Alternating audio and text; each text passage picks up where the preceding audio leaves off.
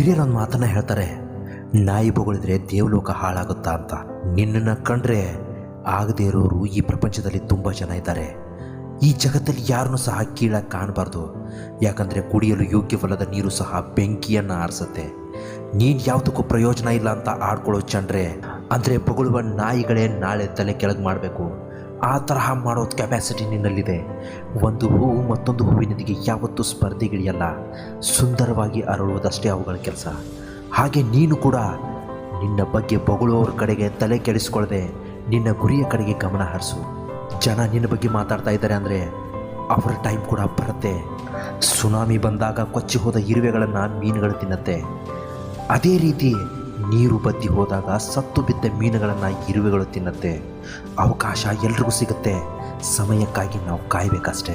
ಈ ಪ್ರಪಂಚದಲ್ಲಿ ಒತ್ತಡವಿಲ್ಲದ ಉದ್ಯೋಗ ಇಲ್ಲ, ನಷ್ಟವೇ ಇಲ್ಲದ ವ್ಯಾಪಾರ ಇಲ್ಲ, ಕಷ್ಟ ಇಲ್ಲದ ವ್ಯವಸಾಯ ಇಲ್ಲ, ನೋವೇ ಇಲ್ಲದ ಸಂಸಾರ ಇಲ್ಲ, ಸಮಸ್ಯೆಗಳು ಕಷ್ಟಗಳು ನೋವುಗಳೇ ಇಲ್ಲದ ಮನುಷ್ಯ ಈ ಭೂಮಿ ಮೇಲೇನೇ ಇಲ್ಲ. ಇಲ್ಲಿ ಯಾರಿಗಿಲ್ಲ ಸಂಕಷ್ಟ, ಯಾರಿಗಿಲ್ಲ ವೇದನೆ, ಯಾರಿಗಿಲ್ಲ ದುಃಖ, ಯಾರಿಗಿಲ್ಲ ಸಾವು. ಇವೆಲ್ಲ ಇದ್ರೇ ಜೀವನದಲ್ಲಿ ನೀನು ಗೆಲುವಿನ ರುಚಿ ಕಾಣೋದು. ಅನೇಕ ಸಾಧಕರು ನೋವಿಲ್ಲದೆ ಗೆಲುವನ್ನು ಕಂಡಿಲ್ಲ. ಹಾಗೊಂದು ವೇಳೆ ಕಂಡ್ರೆ ಆ ಗೆಲುವು ಬಹಳ ದಿನ ಉಳಿಯೋದೇ ಇಲ್ಲ. ಮೈ ಡಿಯರ್ ಫ್ರೆಂಡ್, ಎಷ್ಟು ದಿನ ಅಂತ ಸೋಲ್ತಾನೆ ಇರ್ತೀಯ. ಸೋತು ಸೋತು ಸುಣ್ಣವಾಗ್ತಾನೆ ಇರ್ತೀಯ. ಸೋಲ್ಬೇಡ, ಏನೇ ಆಗಲಿ ಸೋಲ್ಬೇಡ. ಎಷ್ಟೇ ನೋವಾಗಲಿ, ಎಷ್ಟೇ ಕಷ್ಟ ಬರಲಿ, ನೀನು ಮಾತ್ರ ಸೋಲೊಪ್ಕೋಬೇಡ. ಬಿದ್ದೆ ಅಂತ ಅಲ್ಲಿಗೆ ಸೋಲೊಪ್ಕೊಂಡು ಕೂತ್ರೆ ನಿನ್ನನ್ನು ನಾಯಿ ಕೂಡ ಮೂಸಲ್ಲ. ನಿನ್ನ ಜೀವನದಲ್ಲಿ ಸಮಸ್ಯೆಗಳು ಬರಲಿ, ಅವಮಾನ ಆಗಲಿ, ಮನಸ್ಸಿಗೆ ನೋವಾಗಲಿ, ನಂಬಿಕೆಗಳೇ ಕಳೆದು ಹೋಗಲಿ, ಆದರೆ ಯಾವತ್ತೂ ನೀನು ಜೀವನದಲ್ಲಿ ಸೋತೆ ಅಂತ ಒಪ್ಕೋಬೇಡ. ಬೇರೆಯವ್ರ ಬಗ್ಗೆ ತಲೆ ಕೆಡಿಸ್ಕೊಂಡು ನಿನ್ನ ಕನಸುಗಳನ್ನು ಕೊಲ್ಲಬೇಡ. ನಿನ್ನ ಕನಸುಗಳ ಜೊತೆ ನೀನು ಓಡಬೇಕು.